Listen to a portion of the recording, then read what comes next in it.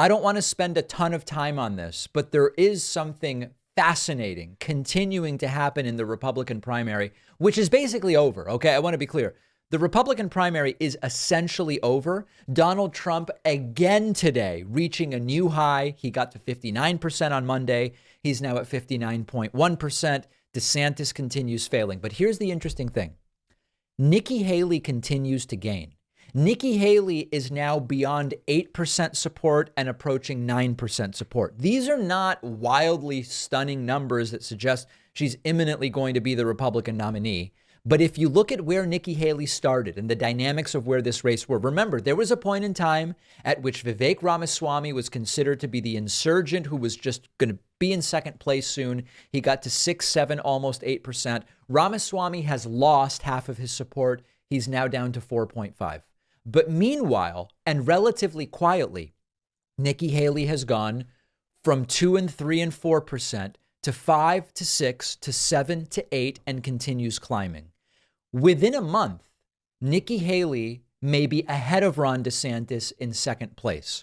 I don't believe that this really puts her in position to take down Trump, who is polling almost 8 times better than she is. But it has the potential, if she can have a strong showing in an early primary state, maybe to at least give Republican voters something to think about. Nikki Haley only 4 points behind Ron DeSantis. DeSantis is trending down and Nikki Haley is trending up. Meanwhile, some interesting elements from some other Republican primary polls that I think are worth looking at.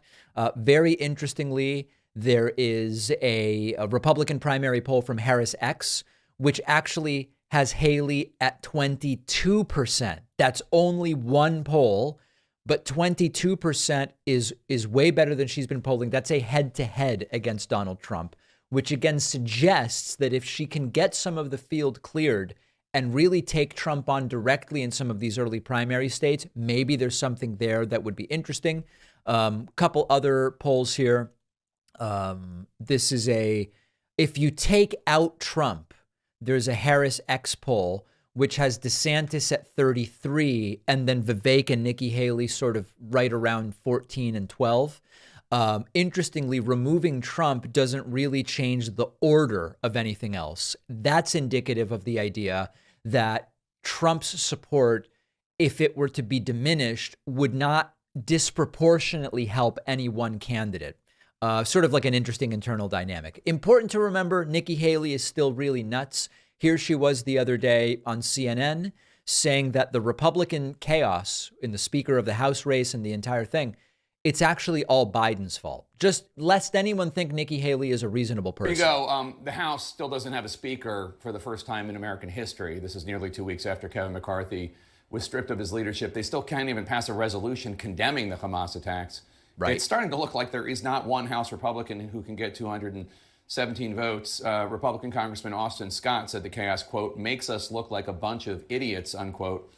Is he right? Well, I'll tell you what's right is under the Biden administration, we've seen chaos with inflation and the fact that people You can't blame that on Biden. You can't blame this on Biden. She is blaming it on Biden.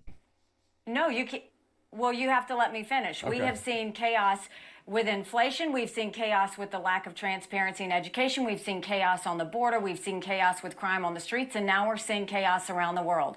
What I am saying is you can't fix Democrat chaos with Republican chaos. All of the chaos in general is the fault of Democrats. And then now all of a sudden you've got Republicans trying to figure out who should be Speaker of the House. And it's really not their fault. This is Nikki Haley. She is surging.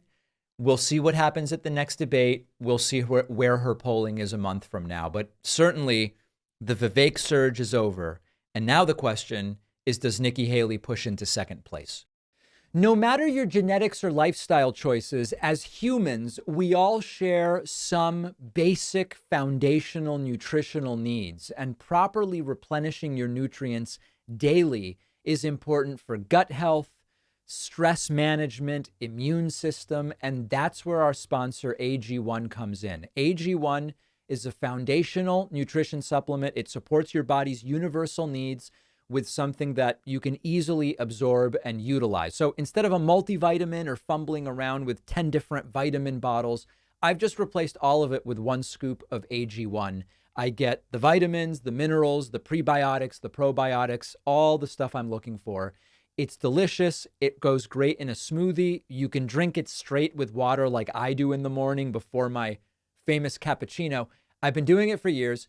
You're just covering your nutritional basis for the whole day. It's simple. You don't have to buy a bunch of different vitamins.